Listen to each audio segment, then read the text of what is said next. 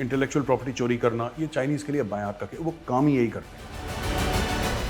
उनका रोज़ का यही है कि कहीं से कोई टेक्नोलॉजी चोरी करी, छाप, किडनैप्ड बच्चा है गाड़ी में। यार जिस गाड़ी में किडनैप बच्चा होगा आप उस गाड़ी पे अंधाधुंध फायर करोगे? आपको तो ये डर लगेगा ना कि इसने 2.5-3 साल पूरी ऐश करी है, एक बार इसने फरमाइश करी थी मुझे पाकीज़ा फिल्म देखनी है, तो इसके लिए जिन्होंने आज तक गुलेल नहीं चलाई, यार उसमें से काफ़ी कुछ है जिन्होंने गुलेल नहीं चलाई, आज सबकी बात नहीं कर रहा, तो जनरली कह रहा हूँ। जय हिंद दोस्तों, मैं हूं मेजर गौरवारी और आप देख रहे हैं द चाणक्य डायलॉग्स। दोस्तों, इसके पहले कि आप पूरा वीडियो देखें, इस चैनल को सब्सक्राइब जरूर करिएगा और हमारे वीडियो को लाइक करिए ताकि हमारा मनोबल बढ़े, और बेल आइकन को दबाना बिल्कुल मत भूलिएगा।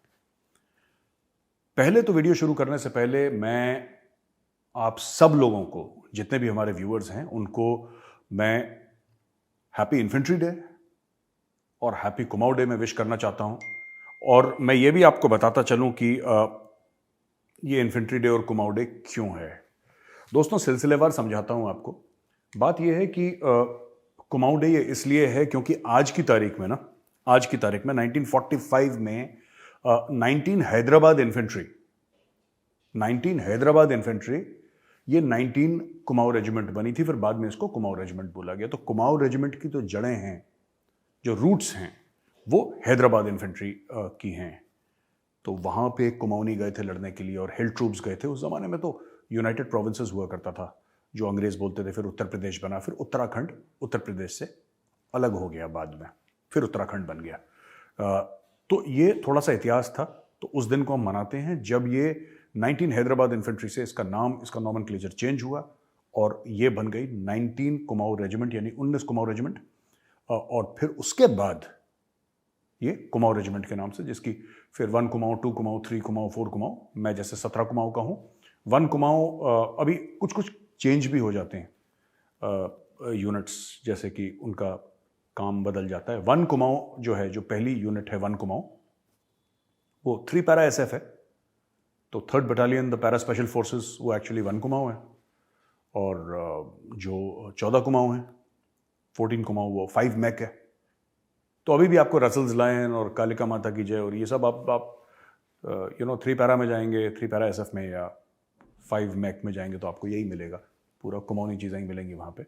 अभी भी वो ट्रेडिशंस वहाँ पे जिंदा हैं, अलाइव हैं। तो ये हमारी रेजिमेंट कुछ इस तरीके से फॉर्म हुई और है वैसे 200 साल पुरानी।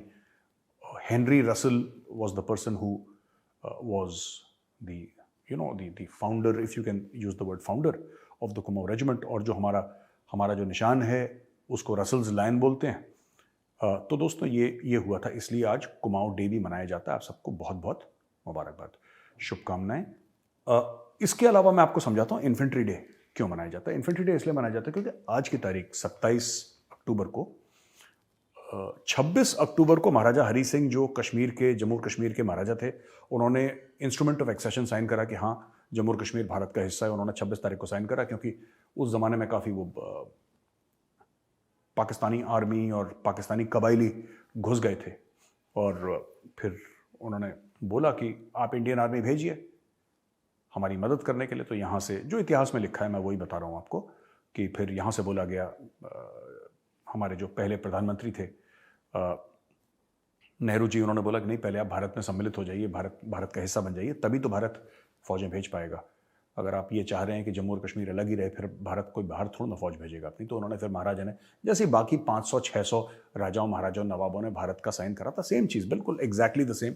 उसमें सिर्फ राजा महाराजा का नाम चेंज हुआ था, और जैसे अगर कुछ और था तो उसके आगे जम्मू और कश्मीर लिख दिया गया, बस नाम और 1-2 नाम चीज़ चेंज हुई, डेट चेंज हुई, बाकी फॉर्मेट वही था।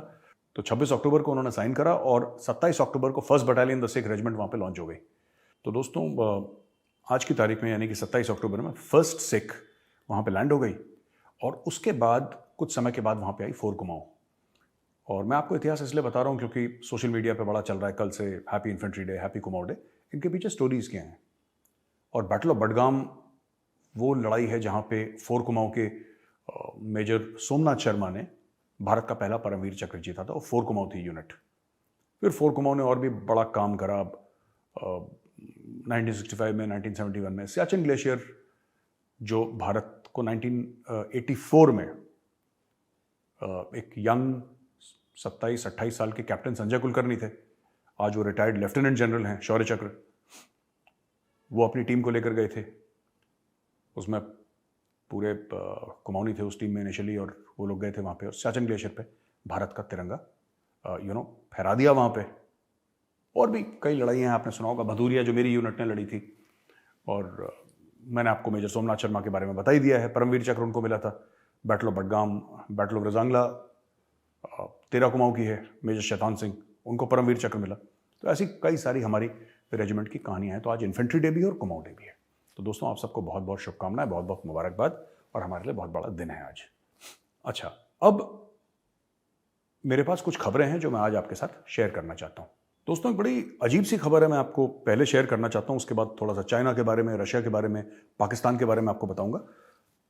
चाइनीज माल नकली होता है, दुनिया को पता है। इंटेलेक्चुअल प्रॉपर्टी चोरी करना, ये चाइनीज के लिए बाएं हाथ का, वो काम ही यही करते हैं। उनका रोज का यही है कि कहीं से कोई टेक्नोलॉजी चोरी करी, छाप के सस्ते में बना के दुनिया को बेच दी। वो अमेरिकन और यूरोपियन टेक्नोलॉजी को चोरी करते करते चाइना इकोनॉमिक सुपर पावर बन गया। तो आपने सुना होगा नकली मोबाइल फोन, नकली ये, नकली वो। एक बार चाइना ने पूरे एप्पल के स्टोर नकली बना दिए थे। वो तो फिर वो कोई गया बेचारा भला आदमी एप्पल का चाइना, तब उसको पता लगा कि एप्पल का जो स्टोर है, वो उसने देखा एप्पल का स्टोर है, उसने बोला एप्पल का तो स्टोर है ही नहीं चाइना में। एक टाइम की बात कर रहा हूँ। तो पता लगा चाइनीज ने पूरा एप्पल का स्टोर नकली कर दिया था। अब लेटेस्ट खबर क्या है, नेदरलैंड्स में, जो कि यूरोप में एक मुल्क है, देश है नेदरलैंड्स, वहां पे चाइनीज ने 2 नकली पुलिस स्टेशन बना रखे थे। आप सोचिए, 400 BC का जो कहते हैं कि जो इसके आगे 400 BC नहीं हो सकती, इस लेवल की 400 BC चाइनीज करते हैं। उन्होंने एक दूसरे देश में जाके 2 नकली पुलिस स्टेशन बना दिया। और इस पुलिस स्टेशन से वो लोग क्या करते थे कि जो वहां पे चाइनीज थे, जो कि नेदरलैंड्स की, जिनको सिटीजनशिप मिल गई है, नागरिकता मिल गई है, वो जो चाइना के खिलाफ बोलते थे या चाइनीज पॉलिसी के खिलाफ बोलते थे, उनको पुलिस वाले बन के धमकाते थे। वो इतना बड़ा फ्रॉड, इतनी बड़ी चोरी मैंने तो अपने जीवन में कभी नहीं सुनी, कि किसी दूसरे देश में जाके एक नकली पुलिस स्टेशन बना दो। ये चाइनीज इसी टाइप के हैं, यही काम चाइनीज करते हैं। दोस्तों, दूसरी खबर जो मैं आपके पास लेकर आया हूं, वो ध्यान से सुनने वाली है। ये हमने कल ही बताया था ना आपको अरशद शरीफ के बारे में कि ये पाकिस्तानी आर्मी क्यों मारेगी इसको, और क्या है किसी। देखिए, मैं आपको बताता हूं, इसमें 2-3 चीजें हैं। हो सकता है, ये मेरा गेस है, मुझे नहीं पता, लेकिन मैं गेस कर रहा हूं, हो सकता है कि ISI में कोई रोग एलिमेंट हो जिसने इसको निपटा दिया हो। मैं क्यों कह रहा हूं, साउथ अफ्रीका और इन सब देशों में, अफ्रीका के देशों में दाऊद इब्राहिम का बोलबाला है, और इसके बिजनेसेस हैं ब्लड डायमंड्स का, यानी जो कॉन्फ्लिक्ट डायमंड्स हैं, जहां पे लड़ाई झगड़ा होता है, खून खराबा होता है, वहां पे जो डायमंड निकाले जाते हैं या माइन करे जाते हैं डायमंड, उसमें दाऊद इब्राहिम का बहुत बड़ा, ये न्यूज आर्टिकल्स मैं आपको स्क्रीन पे लगातार दिखा रहा हूं कि आपको पता लग जाए कि दाऊद इब्राहिम गेम क्या करता है। इसके अफ्रीका में बिजनेसेस हैं। ये बंबई से गया, ब्लास्ट करके पाकिस्तान गया, फिर वहां पे दुनिया भर में इसने पाकिस्तान फौज ISI के आशीर्वाद से।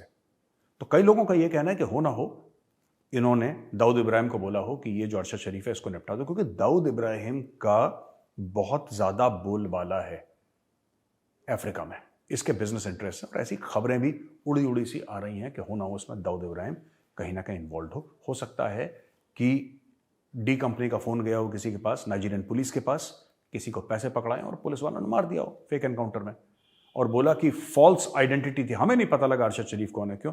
आपको बंदा नहीं दिख रहा। 9 गोलियां मारी आपने उसको, अरशद शरीफ को, जो ड्राइवर था उसको मतलब खरोच भी नहीं लगी, आपने टारगेटेड किलिंग करी, ठीक है, और फिर झूठ बोल दिया कि हमें लगा कोई किडनैप्ड बच्चा है गाड़ी में।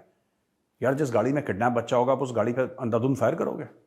आपको तो ये डर लगेगा ना कि बच्चा ना मर जाए, कहीं बच्चे को चोट ना लग जाए। You will never do it. तो ये इसमें फ्रॉड चल रहा है, और हो ना हो इसमें हो सकता है। ये मेरा, क्योंकि मैंने इसके ऊपर काफ़ी पिछले 24 घंटे से रिसर्च करी है, तब मैं आपके पास आ रहा हूँ, क्योंकि दाऊद इब्राहिम के बहुत बड़े फुटप्रिंट्स हैं, और ऐसा ही पाकिस्तान करवाता है, कभी इस चोर से, कभी इस उचक्के से, कभी इस माफिया डॉन से इसकी हत्या करवा दी, उसको मार दिया। क्योंकि जाहिर सी बात है, ISI खुद तो जाएगा नहीं मारने के लिए, क्योंकि अगर कोई ISI का अफसर या जवान पकड़ा गया, क्योंकि सब पाकिस्तानी आर्मी के, पकड़ा गया तो बहुत बड़ा डिप्लोमेटिक इंसिडेंट हो सकता है। तो इसलिए ये जो गंदे काम है जनरली ये लोग आउटसोर्स करते हैं, किसी और से करवाते हैं। तो जितने भी गंदे काम है आउटसोर्स करवाते हैं। कश्मीर में भी तो जिहाद है, जो ये भी तो आउटसोर्स इन्होंने कर रखा है। खुद थोड़ा ना हिम्मत है इनकी कि जाके करें। तो हाफिज सईद और मसूद अजहर और सैयद सलाउद्दीन ये सब गंदे काम आउटसोर्स कर देते हैं, खुद नहीं करते, जिसमें उनको लगता है कि थोड़ा सा नाम खराब होगा या यहाँ पे जिगरा चाहिए काम करने का, थोड़ा सा हिम्मत चाहिए। हिम्मत तो है नहीं, तो आउटसोर्स करो, पैसे देके काम करवाओ जितने भी थोड़े बहुत। तो ये अरशद। अच्छा, एक और चीज़ है, ये लॉन्ग मार्च के बारे में कल हमने डिस्कशन करा था, आपको याद होगा कि इमरान खान कह रहा है कि लॉन्ग मार्च हम लोग करेंगे और 28 तारीख यानी कल लॉन्ग मार्च होगा। इस्लामाबाद धमक जाएंगे खान साहब, अब लाखों दर लाखों लोग लेके, और सरकार पे प्रेशर डालेंगे कि इलेक्शन करो। और अरशद शरीफ जो जर्नलिस्ट मारा गया था ना, अरशद शरीफ का इमरान खान ने बहुत फ़ायदा उठाया। ये मैंने कल आपको बताया था। आज मैं एक और आपको बात बता रहा हूँ। इमरान खान का पुराना पाकिस्तान तहरीक इंसाफ का खासुल खास, बिल्कुल जिसको कहते हैं कि इमरान खान का राइट हैंड, अब तो राइट हैंड बेचारा नहीं रहा, उसका नाम है फैजल वावड़ा। तो फैजल वावड़ा ने क्या कर दिया कि फैजल वावड़ा ने एक प्रेस कॉन्फ्रेंस ली और वहां पे उसने कई सारी चीजें बोल दी, और उसने एक बात बड़ी गजब सी बोल दी जिससे कि इमरान खान का दिमाग घूम गया और उसको गुस्सा आ गया। ये जरा छोटा सा वीडियो देखिए। इमरान खान साहब जो मार्च पुरअमन करने जा रहे हैं, ये हमारा जमहूरी हक है और राइट है, लेकिन मैं बहुत क्लियरली आपको बता रहा हूं कि मुझे इस मार्च के अंदर खून ही खून, मौत ही मौत और जनाजे ही जनाजे नजर आ रहे हैं, और वो जनाजे दिए जाएंगे। और मैं अपने मासूम पाकिस्तानियों को किसी कुछ चंद लोगों की साजिश के तहत नहीं मरने दूंगा। अपनी आखिरी वक्त तक कोशिश करूंगा कि ये लाशों का और खून का खेल इस मुल्क में बंद हो। फैजल वावड़ा ने यह बोल दिया कि साहब अगर इमरान खान लॉन्ग मार्च करेगा तो खून खराबा होगा, लाशें गिरेंगी पाकिस्तान के अंदर, लाशें गिरेंगी, खून बहेगा, लोग मरेंगे। उसने ये बोल दिया, ठीक है।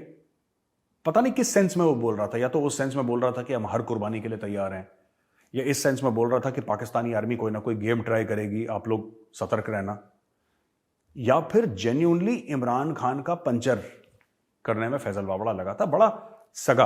अच्छा, धोखा भी सगा ही देता है, दुश्मन तो कभी धोखा देता नहीं है, क्योंकि दुश्मन से आप एक्सपेक्ट करते हैं और दुश्मन पर भरोसा भी नहीं करते, तो धोखा तो तभी होता है ना जब भरोसा होता है।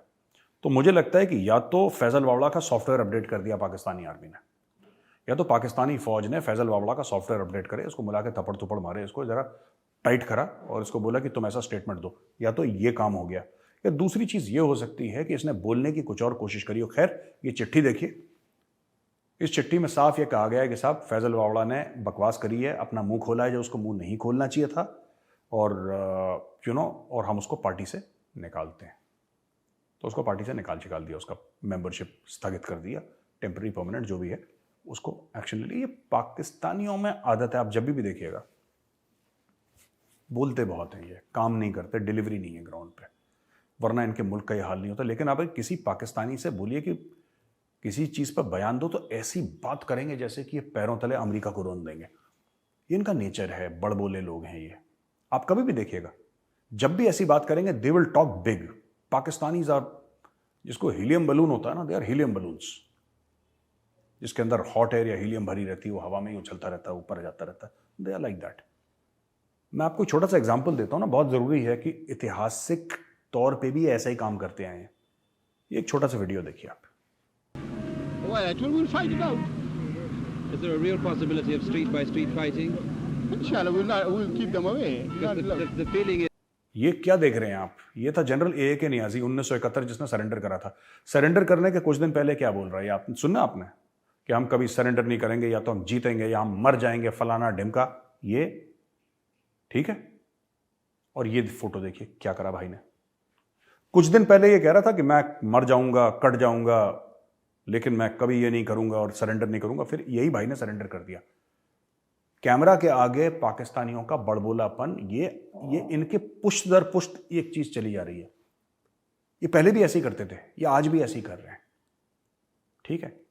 ये 2 से लेकर 2.5 साल हमारा मेहमान रहा है ये A.K. नियाजी। इसको बैठ के इंडिया ने खिलाया, जो 93,000 लोगों को जो खिलाया है बैठ के पाकिस्तानियों को, ठीक है। 16 दिसंबर जो सरेंडर करा था पाकिस्तानी आर्मी ने, उनको तो बैठ के खिलाया है 3-3 साल, 2.5-3 साल इसको भी खिलाया, 2-3 साल A.K. नियाजी को।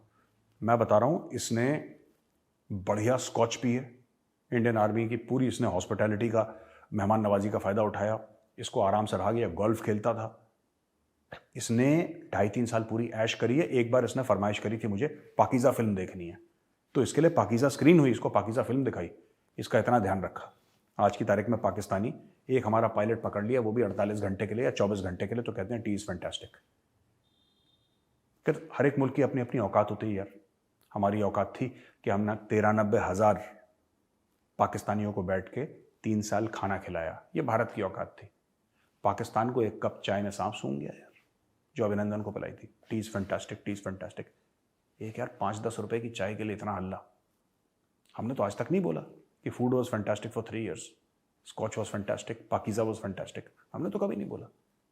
ठीक है, तो अपना अपनी मुल्क की अपनी अपनी औकात होती है, अपना अपना बेस होता है, अपने अपने कद के हिसाब से, अपने अपने लेवल के हिसाब से हर एक मुल्क बयानबाजी करता है।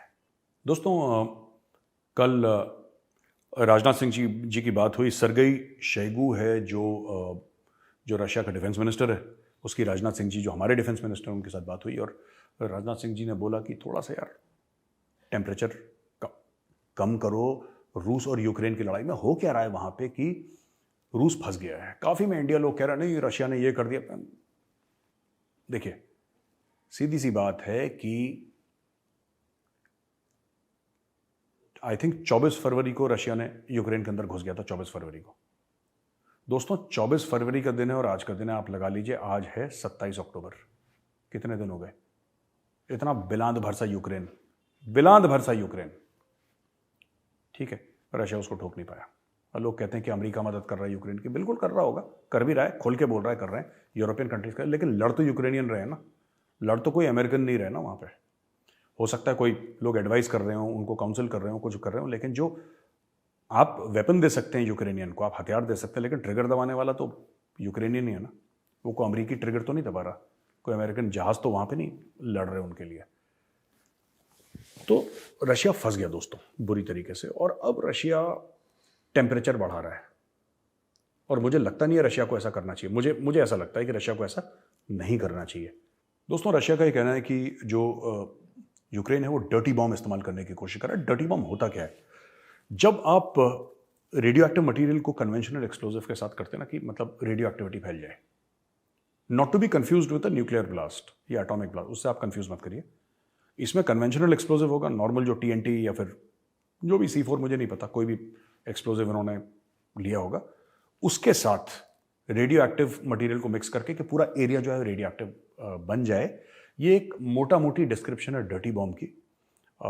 डिटेल में हम लोग जा सकते हैं किसी दिन, लेकिन this is generally what a dirty bomb is loosely referred to as, कि ये कॉन्सेप्ट है, इसको डर्टी बॉम्ब कहते हैं। तो वो कहते हैं कि किसी भी वक्त यूक्रेन यूज़ कर सकता है डर्टी बॉम्ब। तो पुतिन ने अपनी न्यूक्लियर जो स्ट्रेटेजिक कमांड फोर्सेज हैं उनको बोल दिया कि जी आप तैयार हो जाओ, और काफ़ी शोशा हो गया कि हमारे पास न्यूक्लियर वेपन्स हैं। ये सब, ये जो ब्रिंक्समैनशिप है जो अब हो रही है, ये मुझे लगता है नहीं होनी चाहिए, क्योंकि इससे ना किसी का भला नहीं है। वैसे भी लोग कह रहे हैं कि अगले साल the world is looking at a very severe recession, ऐसा लोग कह रहे हैं। जो मुझे तो नॉलेज है नहीं इस चीज़ के बारे में, लेकिन जो लोग जानते हैं इकोनॉमिक्स के बारे में वो कह रहे हैं कि रिसेशन आ रहा है और इकोनॉमीज कोलैप्स करेंगी, काफ़ी डिफिकल्ट मामला है। और कहीं ना कहीं इसका वन ऑफ द ट्रिगर्स, बाकी और भी चीज़ें हैं इसमें, और भी क्राइसिस हैं, लेकिन one of the triggers is the Russian and the Ukraine war which is happening. Russia Ukraine का जो लड़ाई हो रही है, और हमें एक बात ध्यान रखनी चाहिए कि ना, ये न्यूक्लियर थ्रेट से क्या होता है ना, दुनिया स्पूक हो जाती है, दुनिया डर जाती है यार कि लोग क्या बकवास कर रहे हैं यार, न्यूक्लियर वेपन यूज़ कर लेंगे ये, और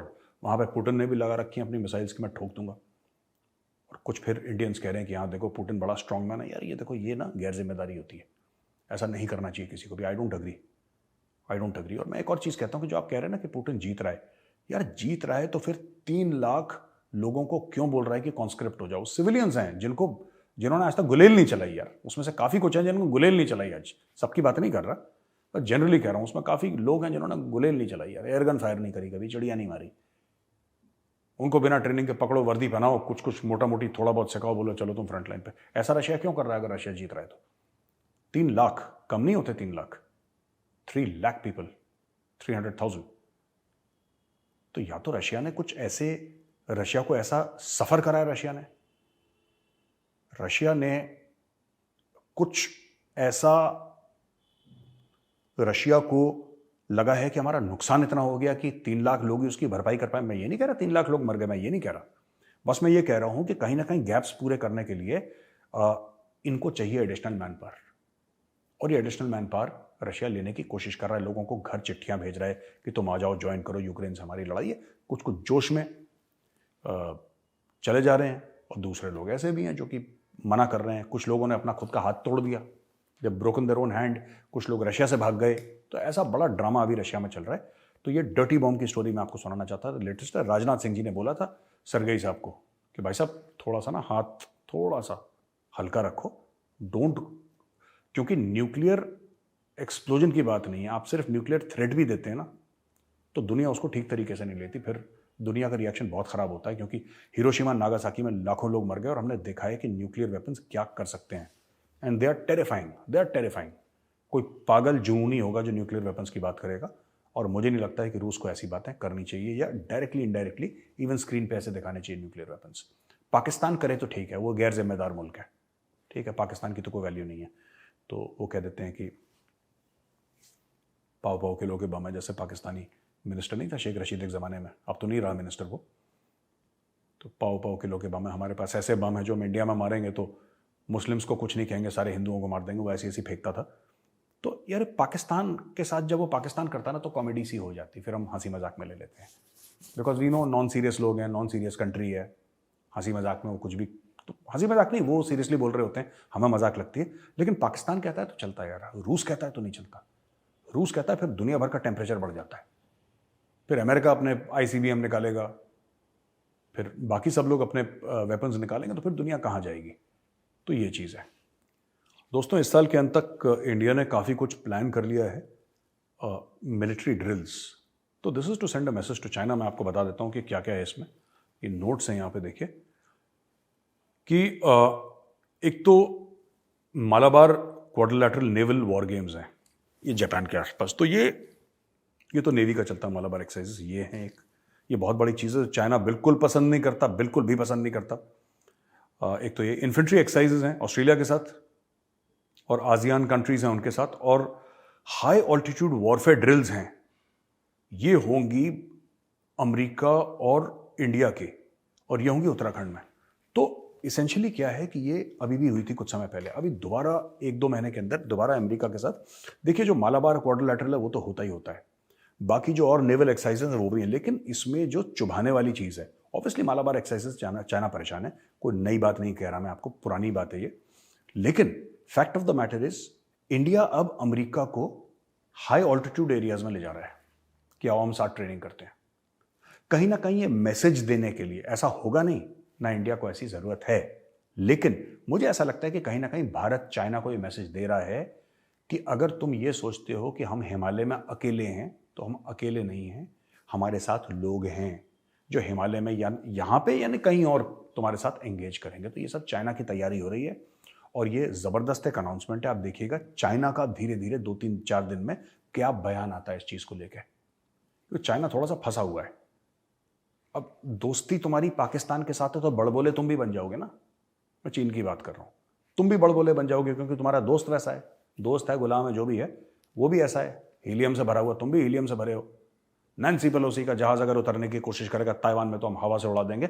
ये अपने माउथ पीसेस खुद नहीं कहते ये लोग, ये ग्लोबल टाइम्स टाइप के जितने भी ये हॉट एयर बलून्स हैं उनसे कुछ ना कुछ कहलवाते रहते हैं। नैन्सी पेलोसी आई बेचारी, आके चली गई, सबको राम राम कह के, she is back in America.